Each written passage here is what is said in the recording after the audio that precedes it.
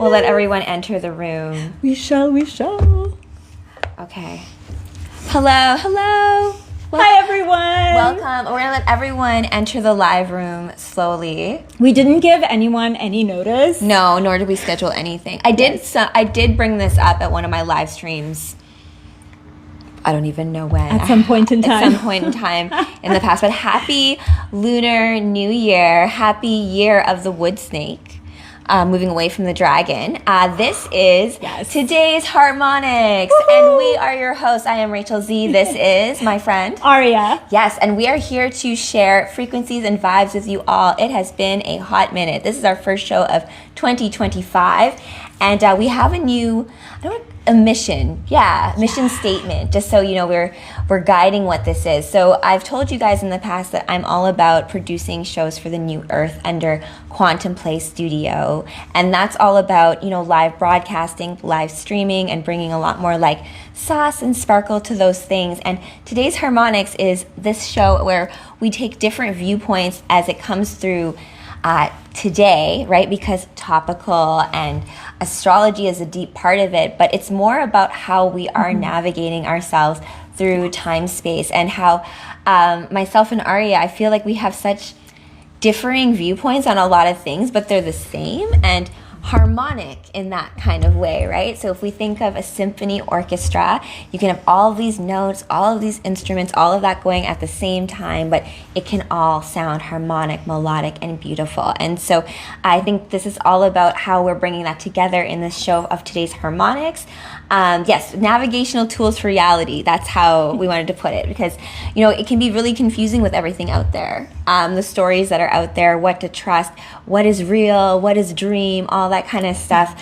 And what does it mean to trust your heart and be living your life from a heart-centered place? And even in the media that you're consuming, in your talk shows, your breakfast televisions, like we have here in Toronto, narratives. All of that. So we hope that you guys choose to let us into your psyche, into your consciousness on a regular basis as we talk about those types of topics, so that we can reframe the narrative into the new earth, so it becomes a place that is where wishes and dreams come true, that kind of thing. I think, did I miss anything for that? And just Rachel's background is in production, and just it's how we met. True, project management and production, and she will often understate it, so I will say all of this. The last several months, she has been back end production, ripping apart stuff, sorting, sourcing, the amount of work she has put in to how New Earth authentic creators are able to show up and produce easily, including navigating different platforms. We redid our schedule to align more with the cosmic calendar, so that it serves us more, and it also makes sense for you guys, and we can just focus in on the things that we want to focus on, and kind of let go of the things that are distracting. Oh my goodness. That's what she's been up to. Yes, so and thank you for bringing up the cosmic clock, my friend. You tell me all the time. Oh, yeah, I know. I'm always the cosmic clock, being trapped in time space. Oh my God. Thank you guys, thank you for those flowers. That's amazing. Life is not a battle. Hello. I am Chun-Li. Yes. Chun-Li. These are my Chun-Li buns, and it's underneath I'm Chun-Li, but I'm specially dressed up today because it is the new lunar year. It's also a new moon in Aquarius, right? It is the new moon in Aquarius. Yes. Wow, what a oof. Yes. I'm not going to also a lot of Aquarian. Oh, my lot of Aquarian energy. So before we jump ahead and spoiler alert. Yes. I think we're good. Speaking of the cosmic clock, we're going to talk about today's topic. And I will be having all of the show production schedule, so any of our live stream dates and upcoming topics on Quantum Play Studio, as well as how you can get a membership so that you can get our spicy second. Oh, today's my birthday. Keaton, happy birthday, Keaton. That's amazing. What a really spicy time to have a birthday. I know, right? That's wow. Well, you should take today's topic to heart, because today's topic is going to be introduced to you by Aria. And if you want to sponsor that segment of the show, come get us. Okay, so the theme today, we're always going to cover a theme, right? Something that today's world, today's consciousness is, I think, at top of mind. So Aria, take us away. What is today's topic? Today's topic is the topic of awakening. And this could be something that means different things to different people. And so for me, and actually Keaton, it might be super different and very specific to you because it's your birthday. That's awesome. The chicken. But for me, awakening is about the inner revolution, like taking some aspect of life, whatever it is, something that we're struggling with, and realizing that whatever is playing out is playing outside of us.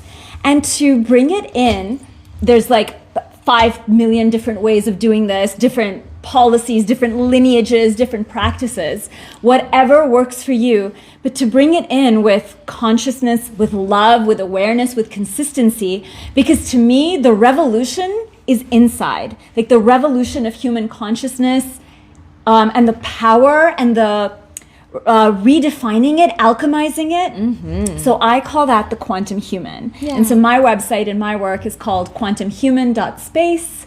My name is Aria, if you're just joining us.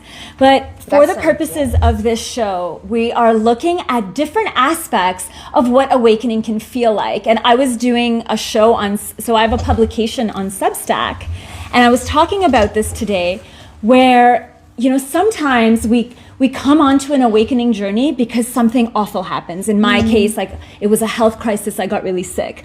Other people, it's a sequence of synchronicities. It's like confusing, it's bewildering. Sometimes it's really sweet. Sometimes you read a book or watch something and you have a memory or a dream. Like it doesn't always have to be pain and suffering. Mm-hmm. But then you go inside and you find like more than the answers that you could ever imagine. Yes. And I think for those of us who've gone through these cycles like 9,000 to 10,000 times,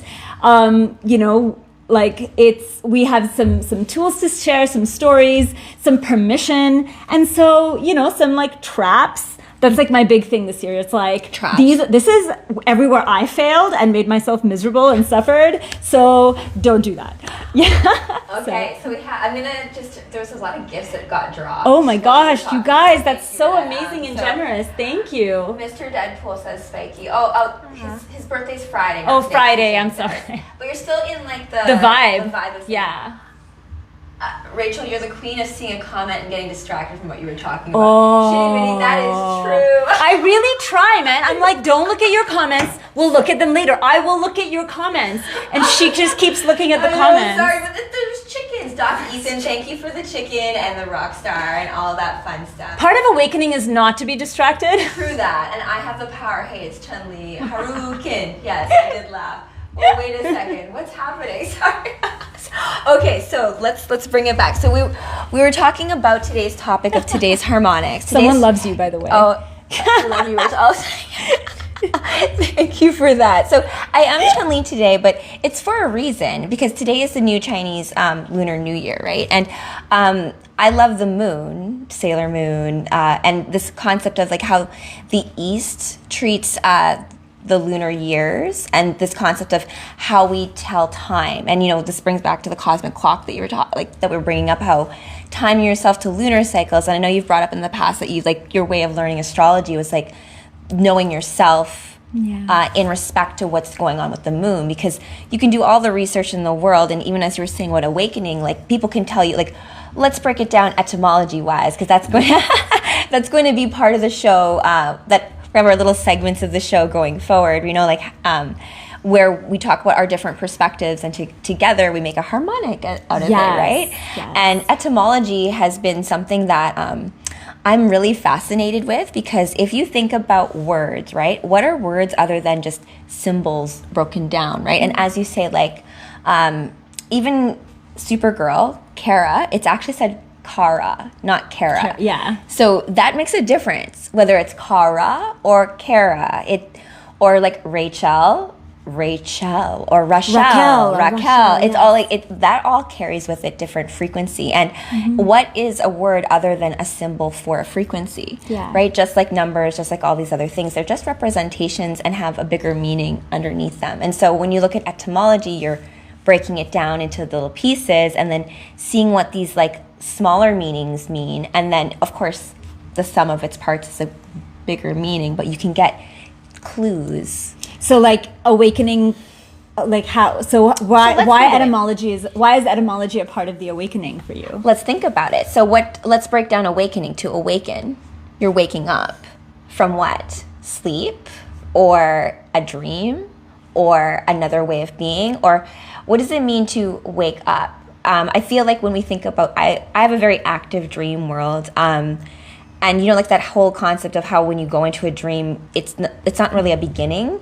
You're like in the middle of it, but you already know everything and what's going on. And it's kind of like when I read you guys comic books, sometimes they're like, let's just go in the middle of the comic book. Yeah. We'll figure it out. And so I feel like with awakening, it's a similar kind of thing. It's like you kind of like wake up and go, oh, is this a dream? Yeah. But it's about being lucid in it. And once you're lucid in it, you can start to exert a manner of like, I don't want to say control over it, but more sovereign. Direction. Yeah. And that's where navigation comes into play, right? Yeah. Because you can be so powerful, right? And I've had this in video games where you have like a super powered gun. I don't hate it because you get 3 bullets. And typically I'll miss because I can't aim, and I get really like panicked when I'm trying to like use the scope. So it's like you have to kind of pick and choose in terms of, I don't know where I'm going with this. It's just a matter of like aiming in the right direction, especially when you have a lot of power behind it, and like taking the time to like know when to release. Right. So anyways, anything to say about that, my friend? Yeah. I guess we'll get into some of that more. Oh, right. I totally forgot that's what Rachel has our show notes, which I wrote earlier today. So one of the things for me was, and this was like a big trap I fell into, was thinking of awakening from the perspective of all of the memes on social media, like be love. Like also like woke and stuff. Right? Yeah, or like awoke, yeah, but you know, like I need to be compassionate, I need to be love, whatever, and then like using that to like ignore violations of personal right, like, or enable shitty behavior both for me and for others, right? Like all of my shitty behavior, I'm like, no, it's fine. Like, you know what we call spirit washing, or like, let's just put some golden light on it and like ignore, or spiritual bypassing is what it's called. Yeah. And like, it's this funny thing where it's so easy to see in others, very hard to see in yourself. Of course. And so I finally got some help with this. I was able to like, I could never, it's again, because it's hard to see it in yourself. I got some help around this, and it was very lovingly explained to me that there is a difference between our personality's idea of what awakening is, and this is how things look, how things look to others, how I sound. I don't know, do I look spiritual today, guys? Like this kind of stuff? Is there a look to spirituality? I mean, like, oh, I'm wearing crystals, thusly I am spiritual. That's more like a it's a vibe, question. Right? Yeah. Now, like, and again, all of that sometimes maybe has its place. Like maybe it gives you a sense of whatever, like power, attunement, like, you know, all of this. But souls, like the awakening of the soul, and again, there's a difference. Sometimes the personality needs to be empowered. If you've been beaten physically or emotionally your whole life, you do need to go through the process of empowering your personality. And like, that's all fine. But again, it's a spiral. And in the navigation of the now times, we think of time so in a boring way, like it's this linear line. That's the past, I am here, and that's the future. But actually it's like this. And consciousness is also like this. And awakening, awareness, like everything just spirals unto itself, right? So it's kind of like, you know, in the Vedic sciences, it's seen as like 1,000-petal lotus, not like a 5-petal lotus, but 1,000-petal, right? And so how do we navigate those spirals? Like, when am I serving my personality? When am I serving my soul? And like, can I tell the difference? Can you? And to me, we can tell the difference when we are like settled into our hearts and we are attuned to like the resonance, right? And this is like the music and the sounding of it. Like, I don't know, think of like your favorite song, and if you hear it on the radio and a cover band has sung it and they're singing it in a slightly different tone, I don't know about you, but it's so jarring for me. I will put it this way, dubs on animes. The voices, right? Dubs. If you have, so if you watch the '90s Sailor Moon, I can't, like, if I hear someone else's Serena or like even Luna, I'm like, who is that? Who is that? Yes. What is that? And it doesn't matter. Like, what is that? I can't deal with that. So it's like I think it's a matter of BRB work calls. Till next time, Austin. But in terms of awakening and like that resonance that you're talking about, I think that's a big way that I think we both agree in terms of defining it. It's like, but you have to know how you're tuned to know if you're even in tune or out of tune. And only you know that. Yeah. And then like other people will come and they're not essentially bad, but if they're playing a completely different tune than you, then as nice as they are, you're not going to feel resonant with them. And it's just going to feel forced. Yes. Right? Yeah. And then when someone comes and they're from a completely different part of the galaxy and you're like, oh my God, you sing my song. Yeah. You sing my tune. This is fun. Now we can jam. Yes. And that makes friendships so much more interesting. Yes. And it's just like when it is totally like music, right? Where you have this like, you know, the triangle, or like someone who has to keep the bass, and like someone who's the drums, and like the vocalist, and all of that comes together because everyone is doing what they're doing. Yes, and the singer isn't trying to be a drummer, and the triangle person isn't trying to play the violin. But sometimes maybe you want to try the other instruments, but it can't be done at the same time when you're trying to do a certain song. So it's, I think all of those things is how I think we view like awakening to yourself. Yeah. That's the way I kind of like look at it. It's like trusting yourself and sifting through which are the goals of mine that are like my soul's goals, and which are the goals that have maybe been implanted into me from society, my parents, traumatic, breaking out of the matrix, right? Traumatic experiences, or like being like the trauma of being like just in the society as a whole where you have to work 9 to 5. All this way of doing things is not necessarily conducive to you being like, maybe I want to be an artist. Maybe I want to be a poet or something like that, you know? But perhaps that is what your soul is calling you to do. But in order to express that in this new world, that's going to take a creative flair to it. Exactly. And like, you know what? Like, oftentimes I think when we talk about spirituality, we're like artists and poets, but like math, accounting, systems of the world. Like, if you are an accountant or like, I don't know, like a manager, and you're like looking at spreadsheets, like there's math. It's so funny you bring that up. I do bring it up intentionally. Oh my gosh, because Rachel knows. There's a reason I brought this up. I was reading actually a Flash comic book the other night. It was written by Grant Morrison, who also wrote Multiversity. Oh yeah. Now in this story, I don't really read a lot of Flash, but for whatever reason, I picked up this comic book because it was by Grant Morrison, and he's very like esoteric. He likes to talk about the cosmic body and the so what we were saying with different cells doing their own thing is like very much his vibe. So the Flash in this is Wally West. Something happens where his like legs shatter. Now he's the fastest man in the world. So what he ends up doing is like he something quick, Johnny Quick gives him this formula, which is like 3 times 2, 9xv, and he starts to repeat this formula as a way to divinate, to contact the Space Force realm, to pull the speed, not the Space Force, the Speed Force realm, the Speed Force, which gives him that flash power to go really fast, to pull it down and create an armor around himself.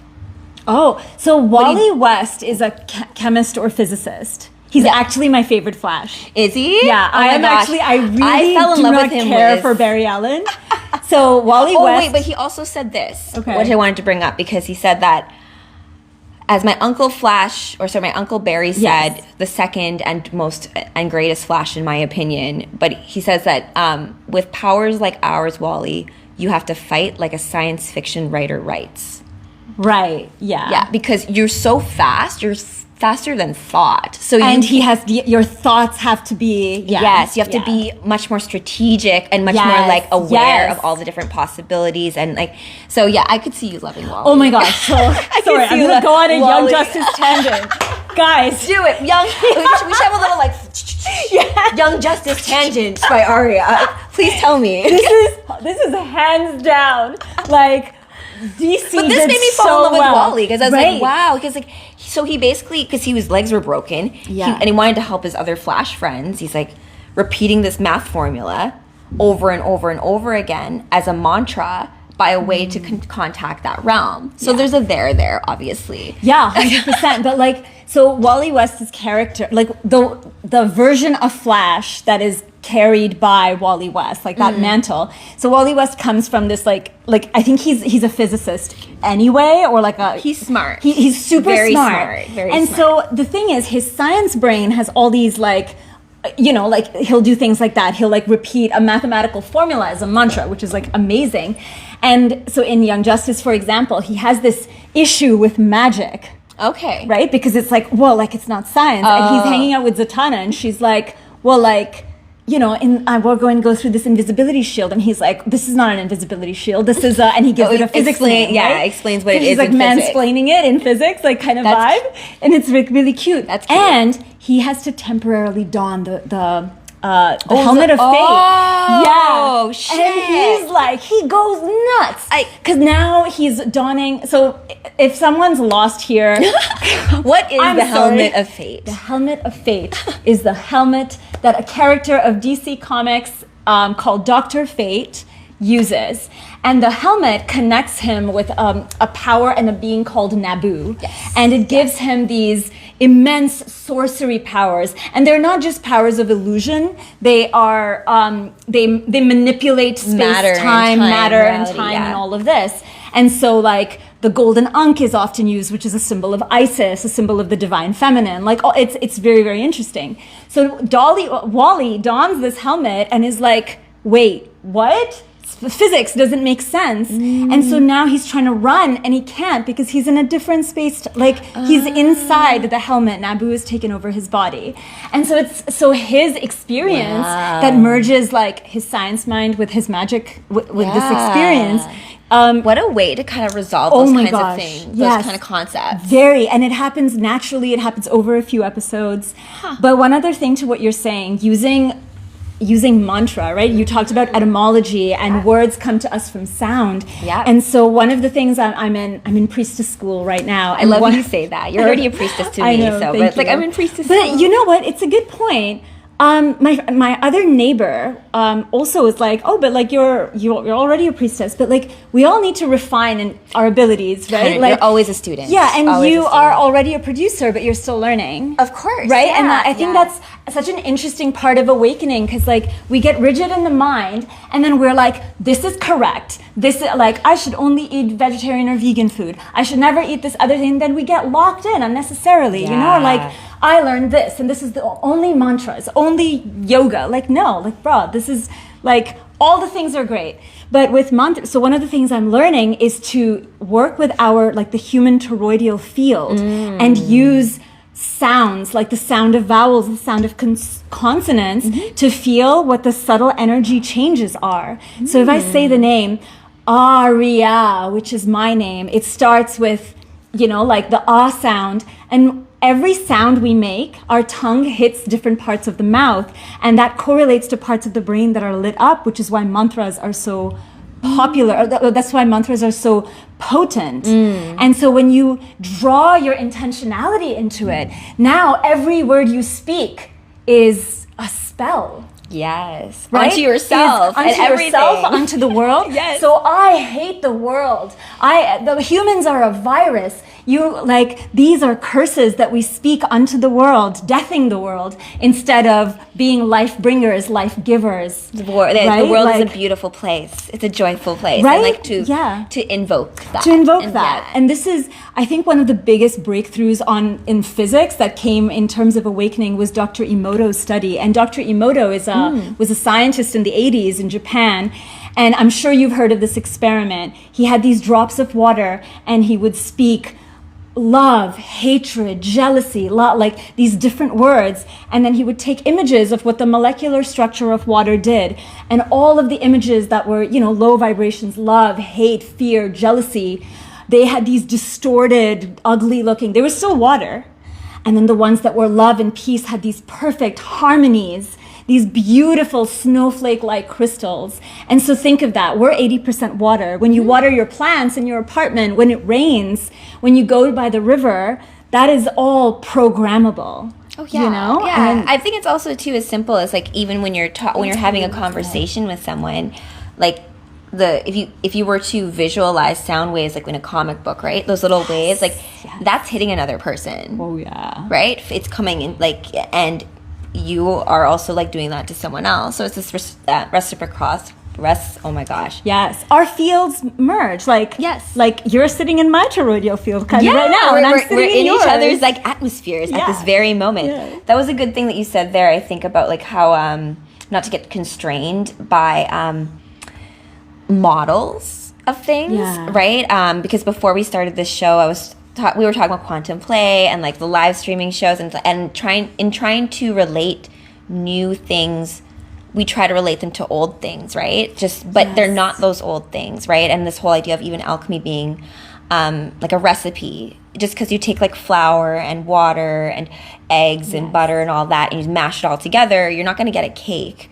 You have to do it in like a certain type of way and certain measurements and all that kind of stuff. So all of that, as it comes together, when it comes to even words, matters. How you tell a story, like which part am I going to lead with? Am I going to do non-linear storytelling? Am I going to like save certain like pieces to like the end, or rather do I get to the point right away? But all of these different ways in which we communicate are, I think, what we're all going to try to like, when you awaken to it, we're probably going to get better at connecting. I think so. And seeing what we mean better. And so here's a question for audience. We've been talking a bit about what awakening means for us. So if you were to if you could step out of your mind and like bring your consciousness a bit south, maybe into your throat or your heart or your belly, and if you were to take one breath and just feel into what you are awakening to, what you are already awakening to, something maybe you realize is important to you or not important to you, or a certain sentiment or a desire, in a word or two max, please post it. What does awakening, what is the sentiment of awakening? What are you awakening to right here, right now? It's still January in 2025. It is the new moon in Aquarius. It is the Asian New Year, the Chinese New Year. It is the year of the dragon. Which brings a lot of practical transformation. Well, I think, let's see here. I'm geeking out. I always believe that physics are always different in other universes. Yeah, physics is just, I think, we can come back to that in a so physics is just the mechanics that rule that particular dimension. So they would be different in other planets. Yeah, I mean, they're different under ocean, like in the ocean, things are different, right? Yeah. Like, Crusade is, okay. Thanks, Crusade. Hence why they call it spelling, because you're saying, like, you're literally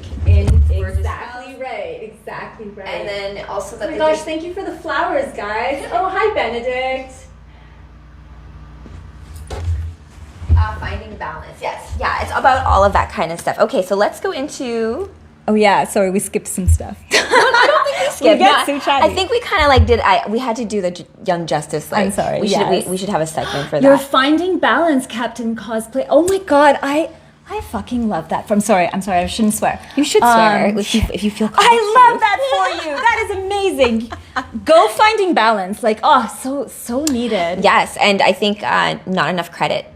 For example, when I used to get ready for fitness competitions and bikini shows, get ready for that show. You know what's more difficult? Just coming back to like regular life and just eating. Eating regular, right? And not necessarily having it be this like diet and strict. So like, because we're not meant to live in extremes.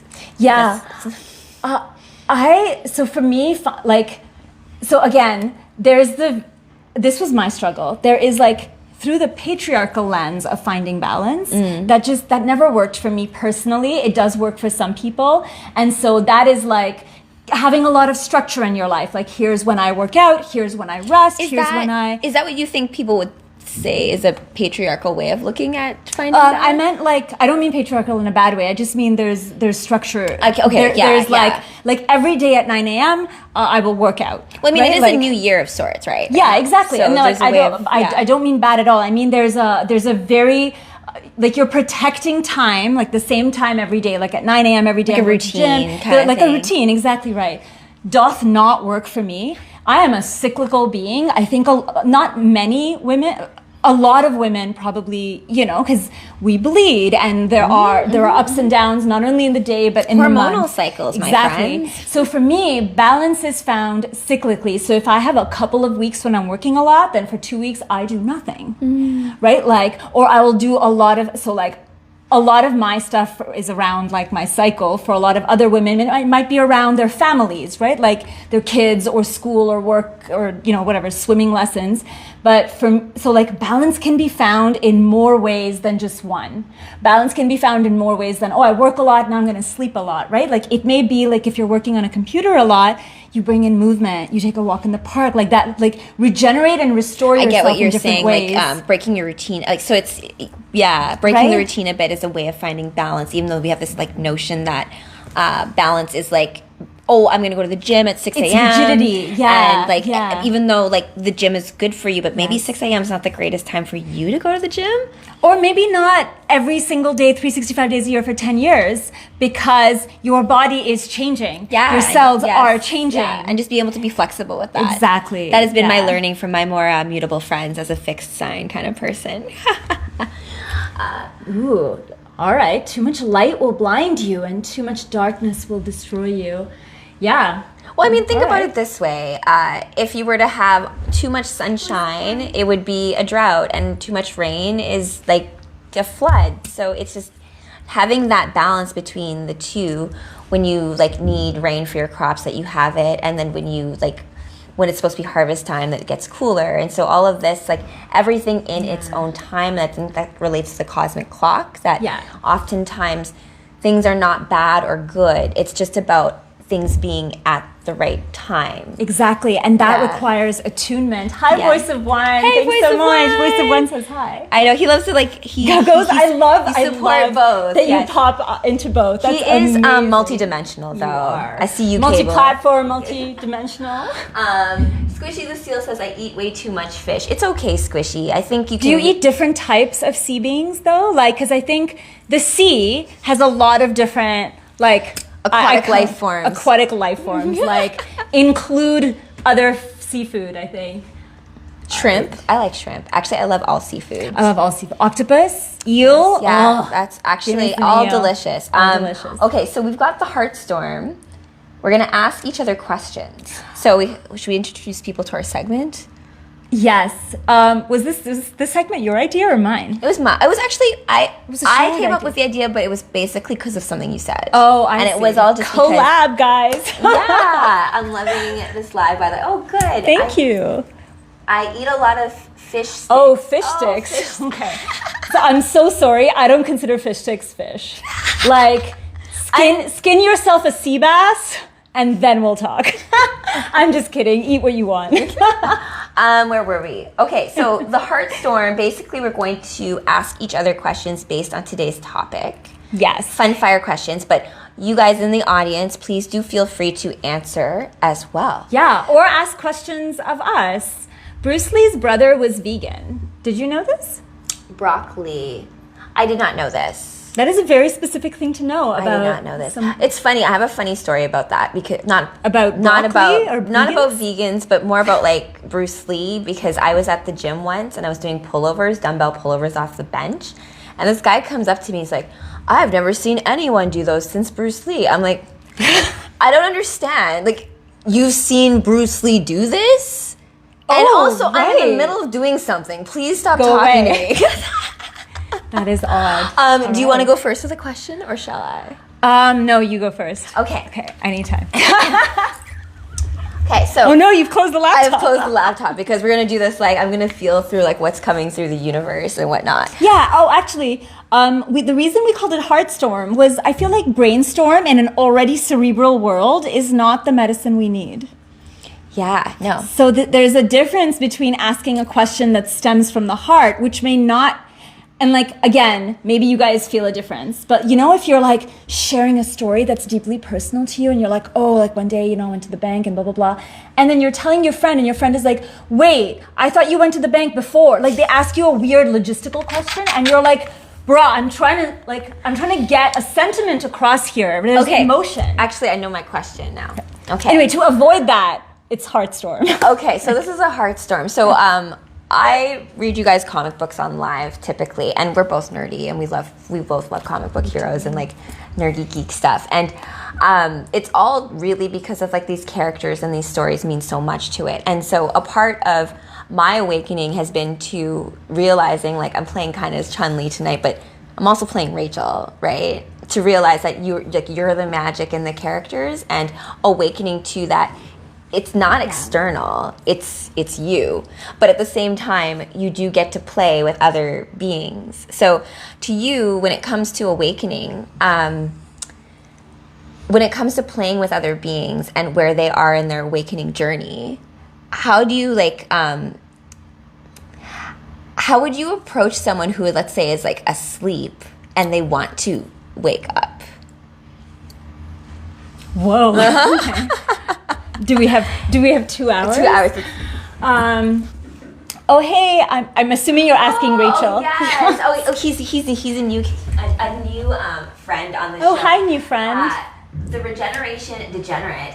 This is my beautiful guest, Aria. We usually do a show, which is called Today's Harmonics, and it's a talk show for the new earth. And so what we're kind of do is like redefine our terms, right? Because when we say things like love, when we say things like hope or faith or belief or awakening, which is today's topic, friendship, these are all very beautiful words, but what they are in practice, what they are in like real life is, let's say, a friend calls you up and they just need you to like listen to them for 2 hours. No one knows about this, but you doing that as a good friend, I think, is part of awakening to the heart's path and like what we are here to do as human beings. Like no one's here to tell you how to be moral, how to live your life, but it's really about, I think, you going inward and being like, I am meant to do this here on this planet. And like once you're like, know what that is, it's amazing how much other things just kind of like fall into place. And so I guess like my question to you is kind of like, it's a big thing to awaken. And maybe do you have any like tips? Because I know this from when I worked with you. You're the fact that we found each other in the corporate world, it's like an amazing thing. Like how does someone like you exist in that realm, and how does someone like me exist in that realm? But we managed to find each other because you were actually in a different place then too. Like I mean, so was I. But I think you you're always very magical to me. Thank you. Rachel's husband Kevin, I think yes, he was very. He was probably more like into this stuff, and then by osmosis you were, and I think you knew about it, but like your living of it came a bit after you and I met. Yeah, right? So like my own awakening is because of my husband, like, and because I had a breakthrough psychedelic experience where you like see through the realm, behind the veil, and people have different experiences that they go through. I had a near-death experience as well, which this experience linked me to that. So everyone has their journey as to coming to awareness as to like, wait a minute, what am I doing here? And like the lucidity in a dream. Yes. And once you know that, being like, oh wow, this can be a lot more fun. Yes. So I think for you, how has it been? Because you still do work in like tech, in like that world. I do. Right? So how do you work in corporate? How do you balance like being awake, or like in your process of awakening, and like balance like, let's say, much more like dense energy, like 3D, like having to like. So someone asked a question: is this about purpose or meaning? So I would say. I have been doing this for maybe 12 years now. I used to struggle with it. I used to be like, this is my high vibe world, and this is my low vibe world, right? And then I'd like 9 to 5, I'd be in the low vibe world, and then I'd leave, right? Like that's how I lived for years. And now my job is to be the entirety that I am. And so my job is to be that regardless of which vibe I'm in, which environment I'm in. The environment, and this is like a big, so I come from a deeply entrenched victim paradigm. Like life happens to me, boys are mean to me, girls are mean to, everyone is like doing things to me, life is happening to me. Like that was my previous program. And so personality empowerment for me came from, okay, the outside situation, like whether I'm getting likes and loves on TikTok or no one is watching, I am showing up as me and in constancy and consistency. And so when I'm dealing with people who, in my perception, key here being in my perception, aren't awake, right? I am looking at them and I'm like, oh, you eat McDonald's, you're probably low vibe and asleep. That used to happen. And when I did that, I would shut the door on them and I would basically, whatever their struggle was in life, I would add a layer of impossibility because I'm speaking into them, I'm thinking about them, that they are low vibe, they'll never wake up. You're projecting that, like imprinting that onto them. And projection for like, so I'm, you know, when we did our psychic episode, I resonate with Emma Frost versus Jean Grey. And Emma Frost is a mental psychic as opposed to Jean Grey, who is empathic and emotional. And catch that episode on replay. It's a replay. It's a good one. So the problem with mental psychics is we project our mental framework on a person, and it's almost like imprisoning you in a glass casing. A diamond where you glass. Struggle, I'm made of diamond, right? So in an already difficult world, I'm making it worse for you. So in Priestess school, I learned to identify when I do this and then like sort my own problems out. And so now my ministry, my practice, my discipline is regardless of the circumstance and the person. I can't what am I thinking that offers them love? What am I thinking that offers them peace, balance, hope? And it's different. Permission, like that's actually a big one. I often have people who are like, oh, I want to do this and I want to do that. And I'm like, wow, that's amazing. That is literally all I say. And then suddenly they have breakthroughs. I did a wealth workshop, like quantum human accessing wealth. I swear to God, I did nothing. I sat for 2 hours. I said some stuff that I channeled, and I just got people to a place where they were able to access their inner wealth. Because guess what? If you're living and breathing and your heart is pumping and your gut is functioning, you know overflow, you know abundance, you know metabolization, you know what comes in and what goes out. You are already attuned. So the work is just to get our brains to go with it. Every person except one, within 24 hours, they either got money, received a gift, someone bought a house, someone found $100 in their coat pocket. Like one person didn't, and they messaged me the week after that they did. That's so really like funny. That is the. You're like a good luck charm. I'm an. You know what? What is that show? I'm an amplifier. Oh yeah.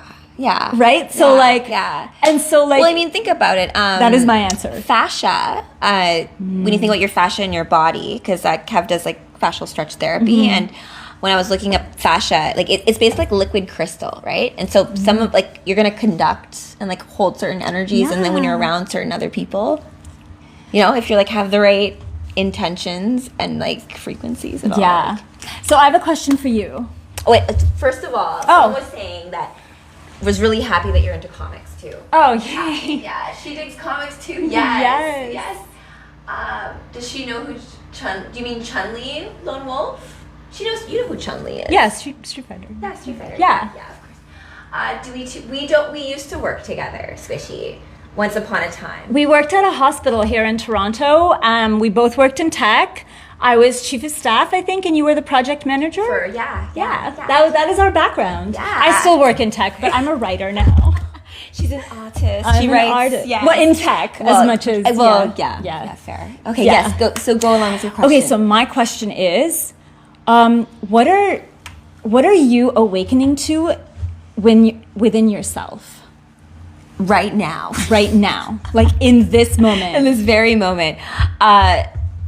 It's been a big process for me coming back to like myself as like my inner child, because I've talked to you about this, about like myself, who I was in Winnipeg, and when I came out to big city Toronto to be the project manager and producer and all that kind of stuff, I fractured those two people. I went through a really traumatic, like my family fell apart. It was like, you know, when you go through like your dark night of the soul and you're like, I'm going to just like burn that person, put that girl to death, and I'm going to make a whole new me that looks completely different, likes different things. Like I just was going to be just completely different. So awakening to me was realizing that all those facets of me, and it's funny how cosplay brought me to this, because you can be Supergirl, Batgirl, all these characters can have all of those different versions and they can all be true.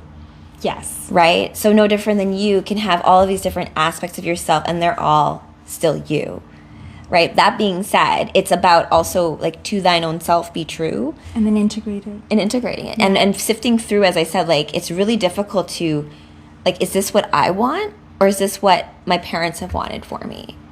Is this what, do I love him? Or do I love how he makes me feel? Yeah. Right? Or am I addicted to the attention? Or am I, like, so all of these things, like, come up and then realizing that, like, oh, I do know who I am. And it's a really awesome thing to realize that, like, what I'm here to do, like, the book I want to make and all, like, the creative stuff, this whole path around doing corporate and when I met you, it all was like the Alchemist journey where, like, or like Dorothy, the Wizard of Oz, like the power was in you all along. It like was a whole journey of just me coming back to myself and like realizing like, oh, the power was me and all along to do. I came out here to do broadcast journalism, be like April O'Neil, Channel 6 News, right? But now I want like a whole network to bridge the gap and actually truly connect people in a new way. Once we have stuff like telepathy and like crystal computing and the true new age of Aquarius, because my dad is a prof in computer science. I grew up with tech. And so it's time to actually have some flying cars and shit, guys. Like, so it's... technology that actually serves humanity. Enough with the smartphone stuff. Can we please have some tech that actually like is cool and is good for the earth and good for us. Yes, and like and real tech stuff that like where we can harness the earth's ley lines and energies and turn her on, like so that we are actually working with the planet where our hormones, our neurological system actually we can speak to trees again. That's what I mean when like or learn to listen. Yeah, exactly. That's like even more so. So I think learn like to listen. Yeah, a big thing that you said that I love, just in case you guys didn't get it, like. The integration piece is, I think, huge. So a lot of us have like a version of our whatever child self or teenage self that we've at some point we like shoved away into or you're a ashamed box. of that person. Yeah, exactly. Or, like, or maybe you were legitimately shitty. Like that could absolutely be. But chances are maybe you weren't. Like maybe that was just. You were told that you were a troublemaker, you were too loud, you were too quiet, you were something. And so we took that person and shoved them into a box and then built a personality interface based on other people. And now we're happily engaging with the world, but the personality interface is not us. Yeah. And so when we do inner child work, when we connect with our ancestors, the land, the family, like whatever different aspects of the soul. I remember the first time I did soul fragment retrieval, I was like, oh, this is great. And like, you're so funny when you tell me. So I'm like, I'm like, this is great. My soul is retrieved, only to realize that there were like 19 fragments. I had to do the same bit of work 19 times. Each session was 6.5 hours. It took me about 4 years to actually be like, okay. So there's more. There's a caveat to this. Is so great. This is so great. Right? Yeah, I'm more empowered than I was 5 minutes ago. Totally. Like thumbs up. But now. And I'm still only half here. Yeah. Right? Because again, like children are very powerful because when we are children, we have access to raw source energy. Everything is wild and interesting and like your imagination engine is like super powered. Exactly. And you're in a bizarre way, you're making love to the world, right? You're receiving everything as a child, sensory input. You're not distinguishing between this is good and that. Like a 1-year-old doesn't know that a knife or an electrical socket is dangerous. No, they take all the kids everything into it. Exactly, they take everything in, right? Like they don't need to have boundaries. They're babies, and so with our boundaries comes our false sense of safety, our projections, and of course, I'm not saying we should all step in front of buses and put knives into sockets, but like imagine that. But that's the balance emotionally, too, right? Exactly. Yes, as you learn to know better, not to let that trap you though. And it takes healing. So like physically or mentally, we have to realize and understand things. Emotionally, how many of us have been hurt emotionally at some point in time, right? Like me, like, right? And so we build all of this around our hearts. Now, a lot of times I think people intellectualize emotions and feelings on the spiritual journey. And that is, to me, super damaging because you have to feel your feelings. And like you have to feel the shitty bits and you have to feel the good bits, and you have to love both. That's why like I love working out so much and like dance, because I mean this is different for different people, and I think that's part of knowing yourself, right? Where you know how to alchemize those emotions, let's say are low vibe, but in such a way that you don't hurt people. Exactly. Right? So that I feel this rage or this jealousy, or I feel like really shitty, I'm going to go and like, I'm going to go to the gym and I'm going to lift really heavy and I'm going to like play my music really loud. I'm going to dance it out. And then after it, I'm like, oh, okay, I feel a lot better, but you still felt what you needed to feel. Exactly. Acknowledge it. Yeah. Realize that it's there, not to be like, oh, like I shouldn't feel that way. Why am I feeling like that? Like, ooh, only bad people feel like that, and then like stick it in a box over there in the corner. Yeah. And then when you don't mean to, it comes out in like a fight or something with somebody. Yeah. And all this like, stuff comes out, and you're like, what the fuck? Why am I saying that? I know. And it's so, has it ever happened to you guys? You're like arguing with someone, and then either they or you bring up the fight that you had 10 months ago out of nowhere. It's so annoying and it's so hurtful, but it's because we are not flushing our emotions. Like we're not actually truly resolving it. So I was dating someone last year and they lied, cheated, and slept with someone else, which I had previously mentioned to them that I'm not into. Yeah. So well, I feel like most people wouldn't be. I mean, you know, like there's some people who are like maybe polyamorous. It's just like been there, done that, not interested, very clear boundaries. So I broke up with this guy, and I was actually quite like, I was like, this betrayal, interesting, not really my jam, moved on, because I've moved through a lot of betrayal. But then like a week later, I was enraged because I thought he'd come back and actually want to heal this. And I had realized that I wanted, like, I didn't mind the betrayal in that I had expected that like, bad thing. We're all alchemists, right? But he was not an alchemist awakened. He was not awakened to his inner alchemist. And so then I started getting angry. It started coming out in these weird ways. I wasn't speaking to him or anything, but I felt this rage, and movement and working out wasn't working for me. So I created a little, again, I'm a priestess. So I work with spells. I do ritual. I'm a sorceress. And so I started to like, I started to just like, you know, when you just like talk to yourself, I started to talk to myself, but like wishing him ill, wishing his family ill. Like it was really, it was almost like a vengeance vibe. It's funny. My least favorite comic book character is probably Frank the Punisher. Oh, it's funny you say that. My sister loves the Punisher. It's because funny. He's so one-dimensional, like, bro, like, your vengeance is boring. After, like, the 5th Punisher episode, I'm like, get a life. Anyway, but oddly, I was like, oh my God, I understand the Punisher. I understand this need to just, like, beat the shit out of the person who hurt you, even though I physically can't, and obviously I didn't.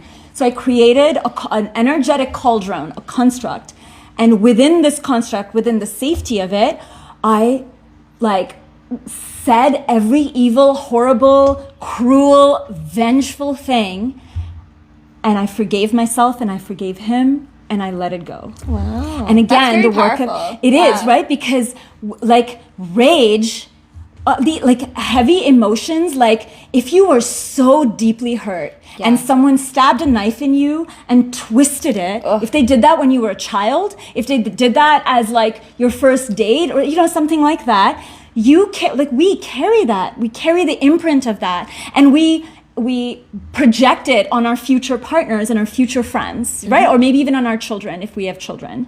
And so to me, I find big energies, big grief, big rage, like unquenchable rage, you know, unimaginable grief. That just has to be felt and moved through. And I moved through it, and then I was fine.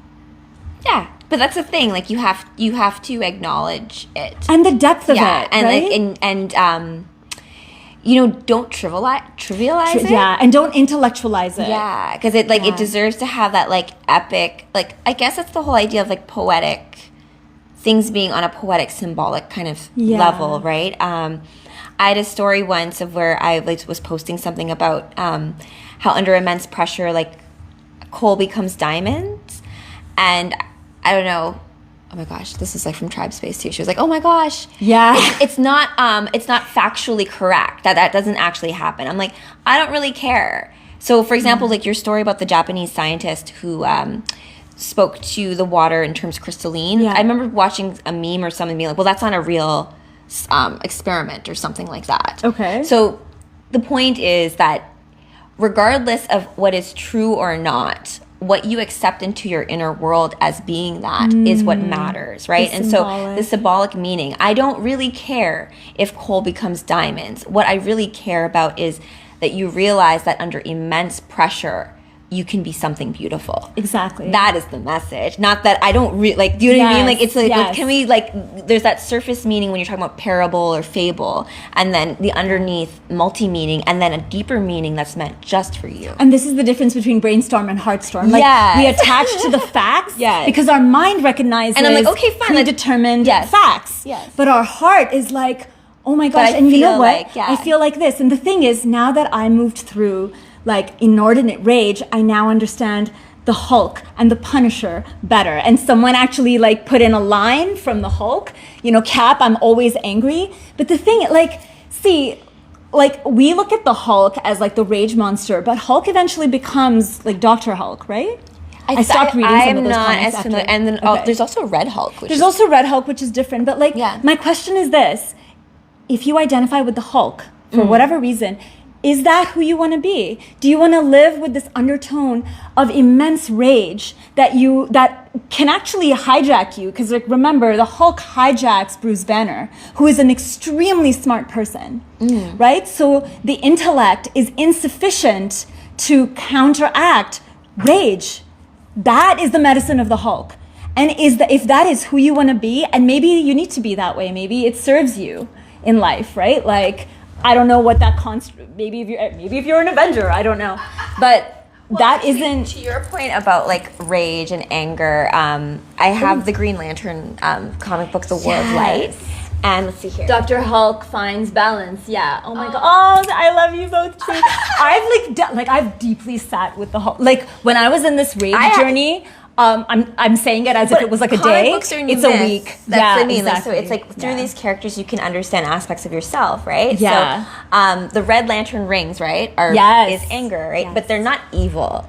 Right. The Red Lanterns are not evil. And the story about Supergirl actually ends up having a Red Lantern ring. And typically she's pissed. Because she's pissed. And I think she has this conversation with Hal Jordan where he's like, be careful of rage, Kara, because you know what happened to me? I became some parallax creature and was awful. So regardless of this, though, she's like, okay, I'll take your advice. She doesn't take his advice. So she ends up having the Red Lantern ring for a time. And typically to remove the Red Lantern ring from its host, you have to have a Blue Lantern ring. Yes. There's like some sort of alchemy behind that.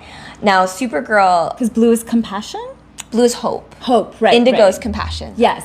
Yeah. And so Supergirl, how she is freed of the Red Lantern ring after she has done her, let's say, vengeance mission, right? Have you seen Sonic 3? No.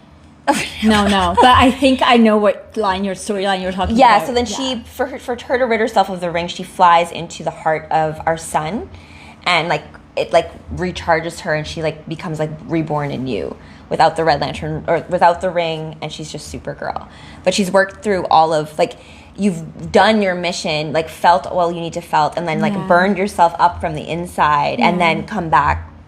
And after working through that. And like the reason I find some of this helpful is like the world's really chaotic and difficult, right? I have friends in California who are amidst the, and these are like hippies. So really like forest dwellers, or they live out and their forests are burning, right? Yes, so like the level of grief of like not being able to step out and to, for all the love and movement and nature that we talk about, an aspect, a reality of our nature right now is that a lot of it is actively being destroyed. And if you live there, that is a level of rage and grief that is not for one person to feel.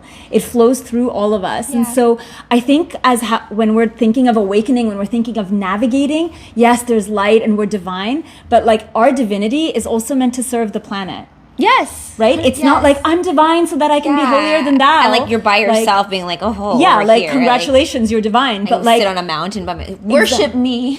Yeah, right? And that's like, I think the falsehoods, like maybe some of the religious constructs that we may not like, that's more that vibe. But it's meant to serve others. Like, it's like our radiance flows through us. It's for others. It's for the earth. It's for the water. It's for the land that got burnt. It's for the drought areas, or whatever, the homelessness in your community, the garbage in your community. Like, no, that's totally true. So I think that's a big thing that sometimes, like, I myself have missed out on it because I've been so self-obsessed with. I wouldn't describe you as self-obsessed. No, I'm not always self-obsessed. Like, no, but like in moments I'm like, oh, I should do this better. Oh, but I see what it's you're like, saying. Yeah. But what's driving me is not that I should do it better. It's that, how is this serving whoever it is that I want to serve? Maybe it's like the world. Maybe it's like another thing, right? Like, so when I allowed rage, it was a lot. I remember like the mantra that I kept hearing was like, like, all men suck, which is something that like I heard a lot when I was younger. Really? The thing is, it's not, because we're programmed to have distortion between the genders, right? It's so interesting. I had such a different thing growing up. But this was mine. Yeah. So when that got released, I also was like, okay. And I realized that I don't think, if I'm being super transparent and honest, I don't think I ever allowed men to be who they are. They were always playing in some projection of mine. So it was always dissatisfying and then disempowering for them. So you know what? When it comes to men that you're dating, when it comes to like, let's say, awakening, would that impact your partner? 100%. Where they are in that journey? The type of people I'm dating now, like just like the quality, or maybe again, I'm seeing it as, oh, they are different, but I'm different. Yeah, and that's really what, right? Yeah. And like, I think for the first time in my life, I'm actually enjoying dating or experiencing dating outside of my projections. Oh. I don't think I have ever gone on a date and not had like, oh, is this guy good or bad or nah or nah, and like had some etherical checklist instead of like, I don't know, it's one date. It's been 90 minutes of meeting a perfect stranger. Why should I have like a chalkboard of things? Like who made that rule? Who made that reasonable? I don't know, like, cause like Pikachu, hey. Pika, flower dress. What is your TikTok? My TikTok is, oh my goodness, fucking everything in the show notes. Word. My TikTok is, I'm gonna look. It's Aria, my name, ARIA _ alchemy, like alchemy. Yes. And then the number 8. Okay, good. Yeah, find me. We'll be friends. Okay. And like, I was actually thinking of doing more of my dating sagas on TikTok. You should. Because it's like, our next episode is actually in Love Month, right? Yes. And it's all about love. So we would love for you guys to send us your love, like, stories. Yeah, you're like, if you have questions that you want answered by Venusian ladies. That's right. That's us. Yes. And I mean, our planetary alignment is very Venus heavy. Oh yes. Good, please. We will type it later. Yeah, we'll type it later because the phones are really far away right now. Yeah, it's hard to kind of do all that. And we do have where are we for time? We're in wrapping up this show. So this is today's Harmonics. It is one of the shows that I'm producing as part of Quantum Play Studio, which is basically New Earth. You're gonna have to verify that you're a real human. You're a real human being. Done. But it's about live broadcasts, but think about it like, because myself and Aria grew up in a time where, you had TV programming and like you'd like YTV for me, where you could go home and like watch Buffy the Vampire Slayer. Cartoon Network. That's like PJs or like Much Music. So all of this was like, it was all scheduled. And so there was a level of production value involved in that. And now that we have all of this accessibility in terms of like live broadcast, whether that's on TikTok or on Rumble or on Odyssey, I was talking to Kevin about this, and like, like the medium is the message. Yes, it's part of it, but also the message is the message. And it's also a matter of being able to just beam it out and having us connect in a much more organic way. An accessible way, I guess. Yeah. And I am working on getting on AM radio, so I do want this to have that vibe of like, back in the day, like just talk radio and like conversations, long form, and like really feeling through like what stories come through the ether. And so our next topic, today's topic was awakening, because we are in like the new lunar year. We were talking about how like, talking about astrology, but our view on astrology, I feel like, is very unique in the sense of like. Want to give a quick view on astrology? Let's do that. Let's do a quick astrology. You go first. Okay. Astro. Yes. So Astro read for right now. I'll say this. Oh, thank you. Oh my gosh. And yay, you found me. Welcome. Oh, hi, Apathy's Last Dance. Hey. Okay, so right now, as Rachel said, today is the moon in Aquarius. Pull up the chart. I know my stuff. Like the things that I'm talking about. I don't know all the planets. I have to double check. I know my stuff. Yeah. So not only is the moon in Aquarius, we also have the sun in an early degree. It's in the first 5, maybe the first 8 degrees of Aquarius today, and Pluto is in 1 degree Aquarius. And I think Mercury just moved into Aquarius. Ooh. So Aquarius is our water bearer, right? It is the sign that is responsible for revolution, dissemination of information, networks, innovation, connectivity. The rebel. And the rebel against what? And I think this is where the personality of people who are Aquarius can sometimes think that they're fighting a particular battle. I see what you're saying. For the reason of fighting, because they have fight in them. But the grand arc, the medicine of Aquarius for each and every one of us, especially sun, solar and lunar Aquarius, is that we have to get really clear that the battle we're fighting is between the personality and the soul, the lower mind and the higher mind. It's an air sign, so we are all very mentally and cerebrally stimulated. Pluto in Aquarius in the first degree hasn't happened in 40 long time. Yeah, like a long not time. In our lifetime at least, right? So this is a huge generational shift, new ideas, new systems. Pluto is a transformation. The sun is our solar energy. The moon is our unconscious, right? Like all of these, and then Mercury is our communication, also an air sign, air element. All of this has this mishmash, and what it's asking us is when you come to ground at the end of your day, when you slip into bed, what are you awakening to? What are you serving? What is being served? The soul or the soul or the personality? Is love being served? Is judgment being served? Is it fear? Is it courage? And again, none of this is Instagrammable, which makes it a bit hard. But to me, this is that inner revolution that I first introduced. Yeah.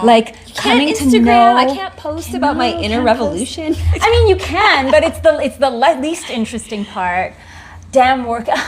Your work is so fun. Okay, so I guess he can't. He just came back. I see. We're just talking about the astrology of the time right now from our lens. From our lens. Our lens, yes. For me, it's deep empowerment. What about for you? Okay, so right now, I am dressed as Chun-Li for a very good reason, because it is the Chinese Lunar New Year. We are in the year of the wood snake. We're moving away from, I don't know if it's a wood dragon, but it is from the dragon. No, we haven't had wood in a while. No, really? Yeah. I wonder what kind of dragon it was. But regardless, even the movement from dragon to snake is a very different energy. Snake, you can think of Kundalini snakes, the snake of Caduceus, right? Yeah. Like DJ Caduceus, the hubby, right? So this concept of alignment, of also power, to me, this the themes of Aquarius too that you're bringing up is Aquarius is interesting, right? It's so socially minded, but it's also kind of aloof, because I'm looking at it from this analytical standpoint. Yeah. But I'm socially minded as well. And I noticed this with all of my air sign friends being very earthy and fiery, that there's this level of I'm going, we spoke about intellectualizing it. My hubby being Libras, Aquariuses, and Geminis, you love to intellectualize it and analyze it and look at it from different angles. But do I? You don't. Right. Not necessarily in that kind of way. But I mean, how should I put this?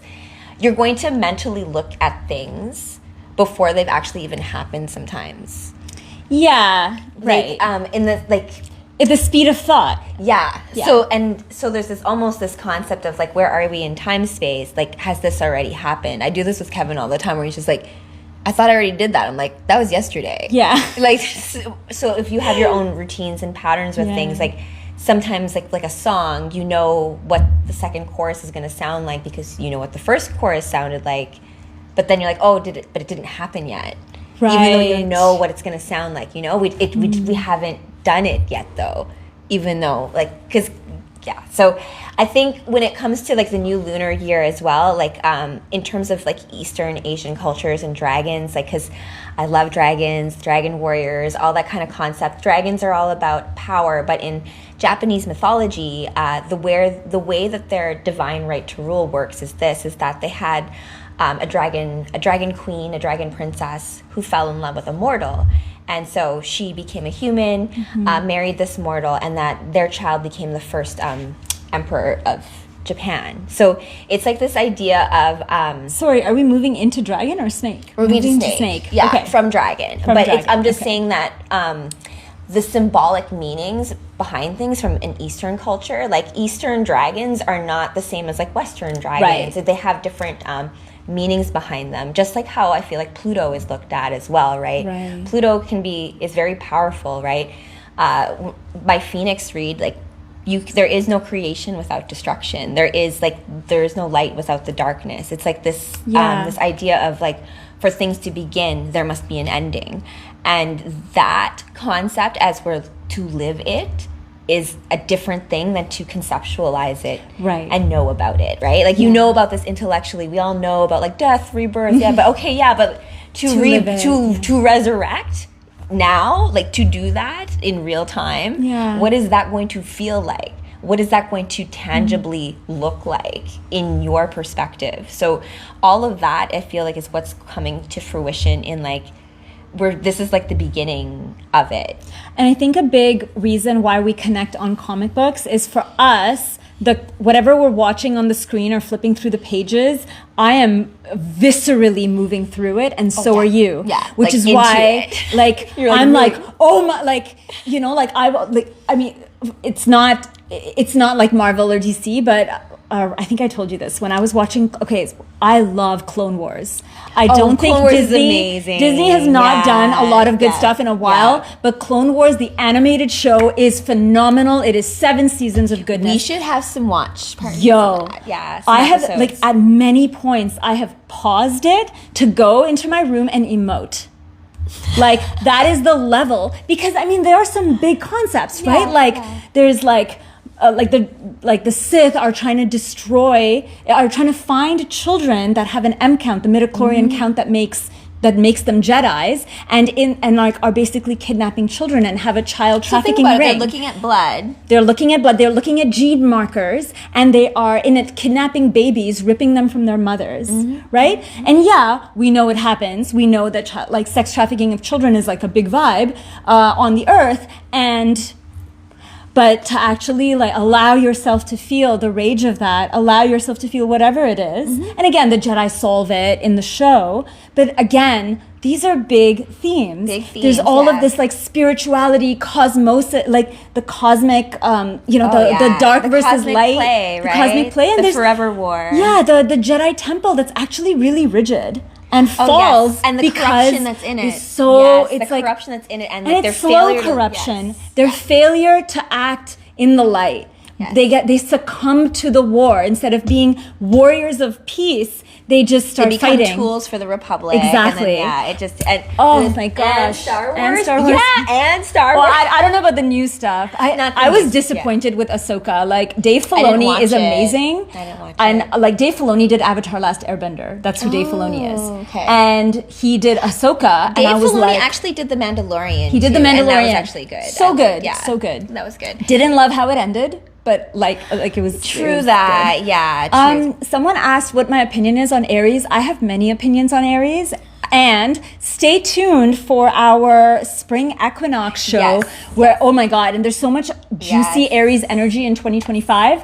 So I'm an Aries rising. I feel that. I also have Venus and Mercury in Aries. And you have Mercury in Aries? Yeah, Mercury and Venus are together in Aries in the 12th house, close to my sun. Right, my Mercury and Venus are also together. So they right. Depending on where your placements are of things, like for example, and Obi-Wan. Oh, I love Obi-Wan Kenobi. He's probably my favorite character. Qui-Gon Jinn. I am a girl of Qui-Gon Jinn. You know what? I'm sad that they never just did stuff where like Obi-Wan communed with Qui-Gon in the desert. That would have been. I would watch that. Why did we get that?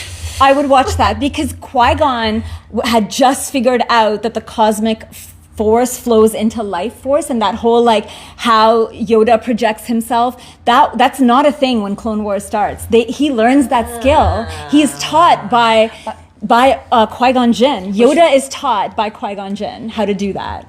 How to project. So let's put that out there. Maybe it can still be made. I feel like the man of my dreams is actually Qui-Gon Jinn in physical reality. So if y'all know someone who reminds you of Qui-Gon Jinn, if you feel like Qui-Gon Jinn is your like, you know, spirit animal, like I'm meant to be that archetype in this world. You get at her. You message me. Find me on TikTok. Okay, so we are going to do our little outro now. Yes. I think.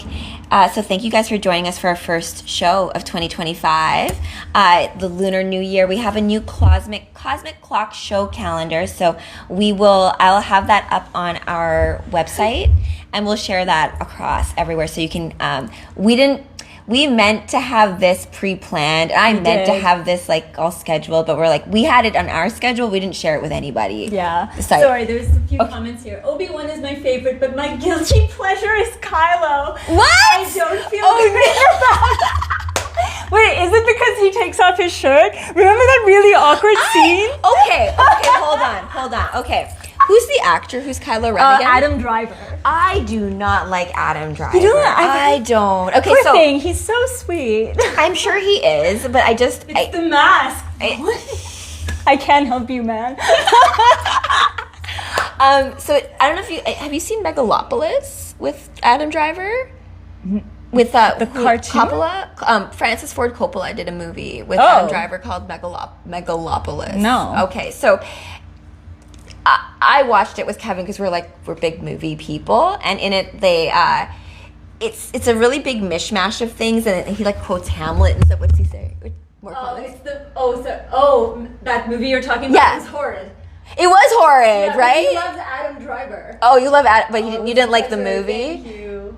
It's okay. Yeah, he didn't like the movie. It was kind of like, I felt like because Coppola did it all himself, and it was clear that he probably needed like an editor or someone to kind of temper his ideas.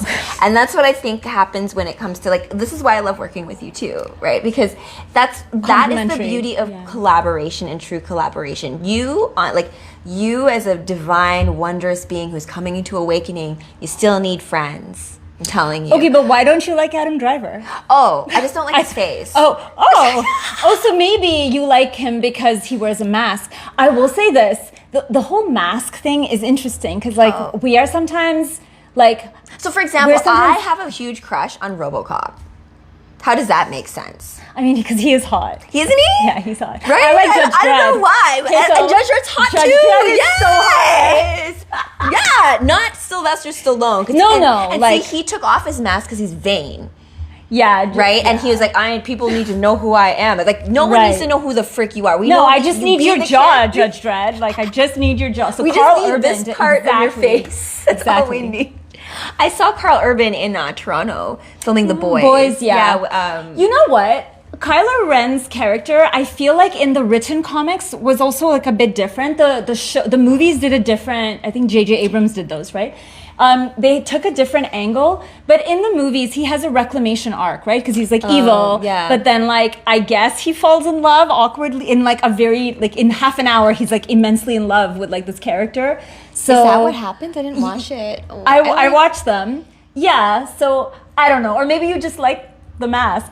I don't know. I mean, like you would think that Princess Leia and Han Solo's child would just be a little different.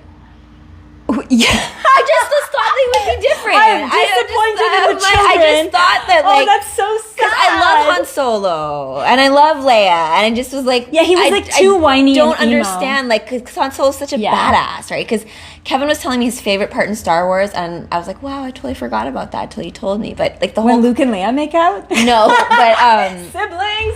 It's the end of like episode 4, where Luke's, he's gonna like blow up the Death Star, And one of the bad Empire guys is gonna shoot Luke, but Han comes back and shoots him, and he's like, "Go get him, kid." Yes, but Han was just gonna take off. Yes, but because even though he's like a scoundrel and a rascal, but when it comes to his friends, he's always gonna come back and do the right thing. Oh, that's so sweet. Yeah, so in defense of Kylo Ren, Kylo was tortured into who he became. It was just. But why was he tortured if after the end of Episode 6 there was a big Ewok party? Why? How? I don't understand the continuity of who the New Order is. He was kind of a tormented person. But why? He loves women talking about Star Wars. Oh my god! But I have legitimate problems with continuity and stuff like that. Issues. Yeah, there are big issues for sure. And I mean, I do have the Leia buns on right now, right? The space bar. So just saying, I love you, Princess Leia. I mean, this was my issue with Mandalorian because the first 2 seasons were great, but at the end when they start including Mandalorians who were from Mandalore, not Concordia, they're the entire story lore that Clone Wars explained to us was Mandalore, and what the Night of 1,000 Tears was. They oddly changed that, and I was like, this does not feel to me like the Duchess Satine's Mandalore is not the same Mandalore in Mandalorian. Those themes, that entire, the time era, it's different because the war happened in the past. What is the 1,000 Tears thing? The Night of the 1,000 Tears is the Emperor, the Sith Emperor, Palpatine. He bombed the hell out of Mandalore. Okay. So Mandalore was not part of the original Republic. They were one of the outer. They were one of the planets that were neither separate nor this. They were kind of their own vibe. Yeah. Exactly. And they were like, we are Mandalorian and la la la. And then he was like, fine, I'll leave you alone. And he doesn't leave them alone. And he destroys it. Can't have that. And so all of Mandalore gets destroyed. So Concordia, which is the moon where all their prisoners were, have to witness. It's sort of like the. This is actually the Superman theme of what is Zor-El, the guy who was the prisoner and watches Krypton being burned, but they're prisoners, so they're off, and all the confusion that lies there. Yeah. And Mandalorians are rigid by their nature. So that I feel got weird, and the whole Bo-Katan issue. They made Bo-Katan they did Mary Sue a bit. Yeah. And I liked her in the beginning, and then they made her something that they made her something. My biggest beef was the dark saber. Is so interesting, and they were like, oh yeah, it's a dark saber. We'll just teach some random kid how to use it. And then, now it's no longer. Is there interesting. worthiness involved in that? I bet there is. There's some sort of lore behind it, more so than what they've done. It's very heavy until you master yourself. Oh, it's like Thor's hammer kind of thing. Kind of. You actually have to learn to wield it properly. So it's like an inverted lightsaber. That's what made it a dark. And there was only one Mandalorian Jedi in the history of the Jedi Order because they were too stubborn. Yes. And that dude was like, I'm not really into the Jedi. So he takes the saber, runs off, inverts it, makes it into the dark saber. Oh, that's cool. Yeah, it's so cool. That's a cool story. It's so cool. So this is in Star Wars Rebels and Clone Wars. We should revisit that. Oh, yo. Anyway, so that was my tangent. Oh my god, there's so many comments. Hi, you guys are amazing. how's it going? We're just wrapping up. Thank you guys for joining. We'll be back again, no worries. The next one, Jessie, I will send you her TikTok after the live, no worries. The dark saber is so cool. Yeah, only a supreme person wields it. I know. Maybe we should do a Star Wars. We should do a Star Wars. We should do a Star Wars theme. When Star Wars, we can discuss the color of our kyber crystal that then makes our lightsaber. Oh my gosh! And then maybe we can learn to make lightsabers actually for real this summer, because that's the part of awakening, right? Yeah, exactly. Awakening to what truly technology is, right? Awakening to what does it mean to do magic? What does it mean to have psychic abilities? What does it mean to be a superhero in this realm? Merge with the consciousness of the present moment and become that. Yeah. All right. So our episode, our next episode is on love. Yes. So email us. We are todaysharmonics@gmail.com. You can also DM Rachel. Yes, just direct message me too. I'll connect you. Direct message me if you're following or subscribing us, and talk to us about love and give us your comments and your messages. And we're gonna actually record the show in a couple of days, so you have today and tomorrow to think about love. And then message we will basically be premiering that on Valentine's Day. Exactly. So on February 14th. But that'll be on Odyssey and Rumble and maybe YouTube. We'll maybe figure it out. Yeah, we'll put a link on here, maybe like a little short, like a video post to promote it. To promote it and tell you guys where to find us. Yeah. But thank you so much for joining us on both our respective TikToks. You guys have been a pleasure. This was so much fun. This was super fun. And yes, we'll have a Star Wars specific show as well. But I mean, this is today's Harmonics. We just talk about what comes to us on the top of our head. Yeah, so apparently Star Wars was what came to us. I mean, like real life is Star Wars. You know, like when I love Padme, and I remember like all the stuff. Politics. You like Padme? I love Padme. Me and Kevin talk about how we're like, wow, are we like Padme and Anakin? I'm like, don't go all weird to me. I know. Actually, it was Jamie Lynn who brought up the whole Star Wars thing, so it's clearly like front of line for you. So thank you for bringing all of that. Oh yeah, please, yes. And I think also that all of these stories are part of the awakening, because you can't love and like heroism and freedom and liberty and courage, all of these beautiful themes. It's so much more fun to read about it in a story, or it's more fun to like enact it or be in it, or how like that's how we can talk about these themes that are important, as opposed to it being like, here's my PowerPoint presentation and I'll like. You will not find a PowerPoint presentation on here. But you know what? If you love a weird character, in any, like if for some reason you love the Punisher, who I dislike, but if you love them, tell us about it. Like tell us, and we'll laugh with you. Well, you know what? My sister loves the Punisher. She actually has a cosplay that's like female version. Well, she's Aries, so she would love the bird. There you go. Someone had an Aries question. Yeah. And but she hates Batman. You know what? I can see why she would. She doesn't like Batman at all. It would be because she perceives him too like moody and rigid. Like the reasons we love him is probably why she hates him. She loves Superman though, right? So that makes sense. Yeah. I mean, like, but that's a whole that we could go down a tangent. We could. We still need to do our crushes show. Boyfriends. Yes. Yeah. Oh my gosh. Let's do. Oh my gosh. You're Aries. Can I tell you guys a joke? Yeah, sure. Who is SW tattoos? What is an SW tattoo? What do you mean? I don't know. Superwoman tattoo? I have SW tattoos. I don't know.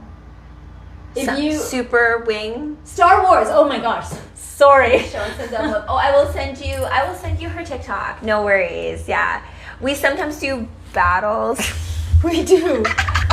We do battle. But like we're so peaceful and like love each other that I don't think the battles work properly. But we are going to have some, because Aria does do cosplay as well. I've wrangled her into doing some. Like we have done Emma and Jean in the past.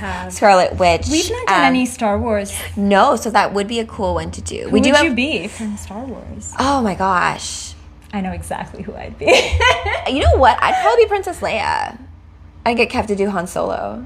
Oh yeah, I can see that. I love Princess Leia. I do have a lot of love for her, just because too, like she's a princess, and I always wanted to be a princess when I was a kid, and then also you were Princess Mononoke like a month ago. I know, but like it's so keeping the princess theme, you know. But I'm a princess because my mother's a queen and my mother's Mother Earth, so that's the way I kind of look at it. That's so cute. As the children of Mother Earth, kings and queens of this kingdom, this is like a show about that. It's like just remembering who you are. Yeah. And like we're meant to kind of have a little bit more fun here. Exactly. So message us, our email, you can direct message us, you can email us at todaysharmonics@gmail.com. We do check our emails. We do. And as well, we will have more things like live readings and things like that for members as well. And get back into our cosplay stuff. But you know what? All of this production takes a lot of time, and we both have many jobs. So please do drop links, love, donations, all of that fun stuff. And yes, donations actually do fuel us. They help with rent, and they allow us to do more of this stuff. So please